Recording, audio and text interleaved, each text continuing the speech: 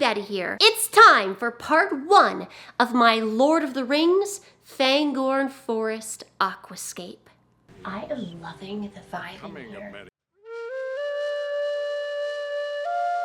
I've been daydreaming about a massive Lord of the Rings themed aquascape for a while now, but it's not my first. Have you seen my bag end planted tank? This was my first aquascape I ever did. I thought that Bilbo's house was the absolute perfect subject for a themed tank. This would make the grandest fish tank. Don't you think so, Gandalf? So I handmade all the decorations in there. I sculpted that wall, that fence, the parts of the building, the sign, everything. I love how that tank turned out and I treasured it for years. Now I need to become that obsessive again, but in a massively larger and more beautiful and more upgraded tank with a different subject this time. This tank is going to be modeled after Fangorn Forest. I have had this thing that I've been wanting to do for so long. It's like a year overdue thanks to my move. This beautiful thing right here is my tank from CUSTOM AQUARIUMS. It's crystal clear glass and the rimless design and the depth to it this way from the wall. It's just perfect. It has been desperately needing some kind of nerdy tribute. And the stand is so pretty and solid. And I love how it looks in my room. And it just brightens up this space so much. This is my first big serious mode tank. You could say that this tank is a bit of a dream come true for me.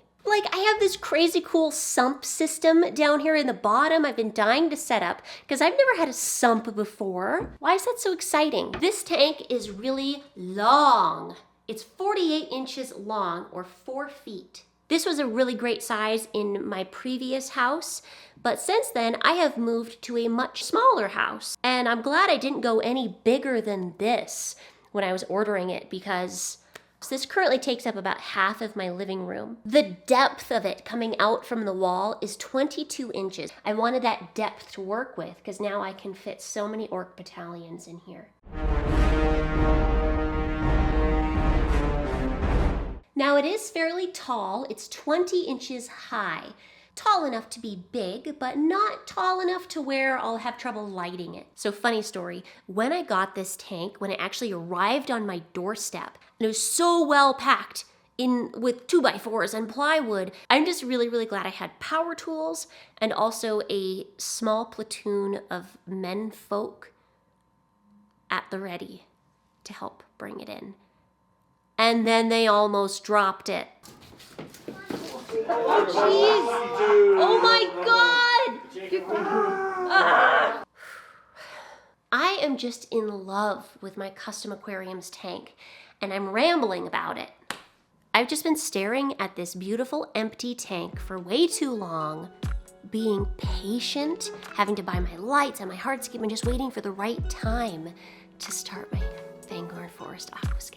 And I think it's actually time. Starting my project. You could say that I've been a Lord of the Rings fan for a very long time. You want to know what's above my mantle? It's not pictures of my family. It's a beautiful map of Middle-earth. Do you have any idea how many Lord of the Rings fanfics I read in high school? A lot. I will not disclose if I wrote any or not. Before getting started on a massive project like this, I think it'd be a good idea to just sit down and review. What is Fangorn Forest? It is a dim, ancient, and perilous forest that's protected by the Ents. This forest looks incredibly dark and brooding. I am loving the vibe in here. It's super spooky. The hobbits, Merry and Pippin, find themselves in a situation where they must flee into this stuffy, oppressive, and perilous forest where they meet these Ents. My favorite description in the book is Merry describing this place as dim and frightfully tree-ish. Time, but not. Fangorn Forest is a dim, ancient place. It feels ominous. It feels alive. It's just so dark. And obviously, I can't do that. I wouldn't be able to make an aquascape if I had to make it that dark. Just for any like super mega rabid detail nitpickers, I can't make it that dark. I need to have some brightness to it. Remember, this is my interpretation of Fangorn Forest as an aquascape, but I want to capture some of that moody, darker feeling. Like even in the book, there's descriptions of like grass. So obviously some light needs to hit in some places, right? A lot of inspiration's probably going to come from New Zealand rainforests because I went there and it was gorgeous. And I want to capture some of that feeling. I am getting such great aquascape inspiration in here. Anyone else? Seriously, I'm gonna scape this. It's time. It's time to actually move on to making this tank now that I've talked a lot. Let me go get my wood. Part 1. All right, let me show you what I got. This is the kind of wood I'll be using. I've never used it before. This will be a brand new experience with this particular type.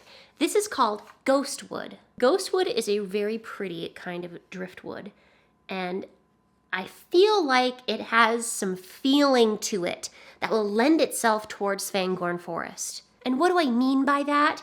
Well, look at the texture in this wood. It's so like an old tree. This looks old. This looks like a massive tree that could be found in an ancient forest. Just look at that kind of gnarled, twisting feeling to it. That's just so nice. I got these at a convention last year. I shoved them all in my suitcase. I brought them home. I was very happy. And they've just been sitting in my garage waiting for me to use it. I went to another convention just a little while ago, and I came home with more ghost wood. It's no problem, I got this. I got this. No problem. What the heck, what am I doing? If you haven't seen my previous video about Aquashella and how I made a huge problem for myself by buying wood that was too big, you can go check that out. I'll have the link down below. Does this look familiar? This box gave me so many headaches, guys. And it's all my fault for being a big dummy. Now I'm finally gonna open it.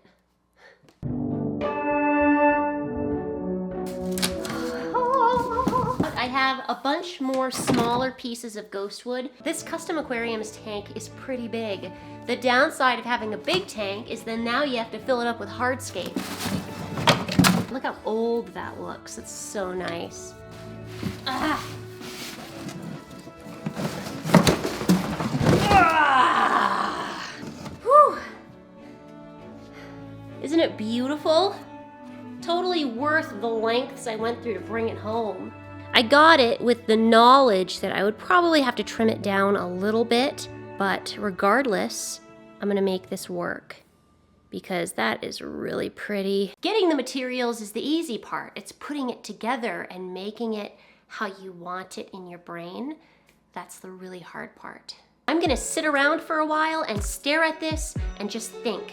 Sometimes it's nice to sit and think for a while, to come up with a game plan for how your composition will look and how you'll tackle it.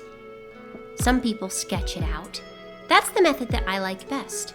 I'm a scribbler. All of my best ideas have started with scribbles and sketches on spare scraps of paper and napkins. With a vague idea in my head, I started placing some wood around the tank to get a feel for it. It's not exactly scientific. I'm just testing out how the wood looks at various angles and placements and deciding what will be in the foreground and what will be in the background. I put towels and blankets in there so the wood would stop slipping around. I'm waiting on my substrate in the mail. And the towels worked, okay, in the meantime. The result? Meh. A big old pile of meh. This was proving to be difficult, especially having to reach into this tank to move things around. It's hard. I got a wild idea that I've seen on Instagram, making a practice box. Some people make boxes out of wood or cardboard in order to practice their hardscape in a way that's easier than reaching into a tank constantly to fiddle around. I used scrap plywood from my shed and about $10 worth of brackets, and I was able to make a perfect dimension-sized practice box. finished. Here's my practice box. This is way overbuilt, by the way. You don't need to make a practice box out of plywood. This is basically the coolest thing ever. Now I have a practice box that I can work in outside, make a big mess, and change things around, and like lean in. I can lean in like this. That's a big deal. I'm gonna seal the edges now. So that way, when I put in my kids' sandbox sand into this to kind of be my mock substrate, it's not gonna fall through and make a big mess.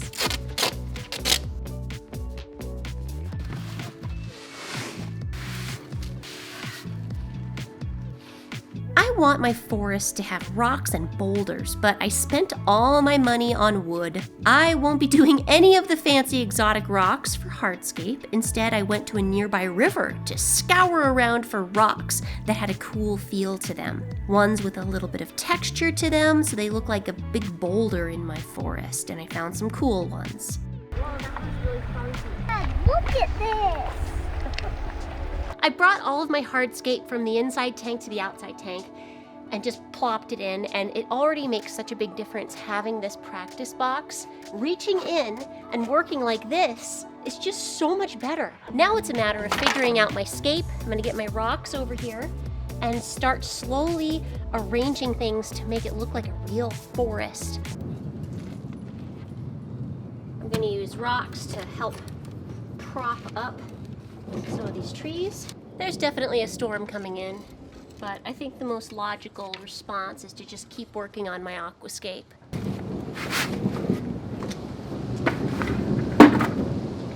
I can't ignore this storm anymore. I think I have to cover it up.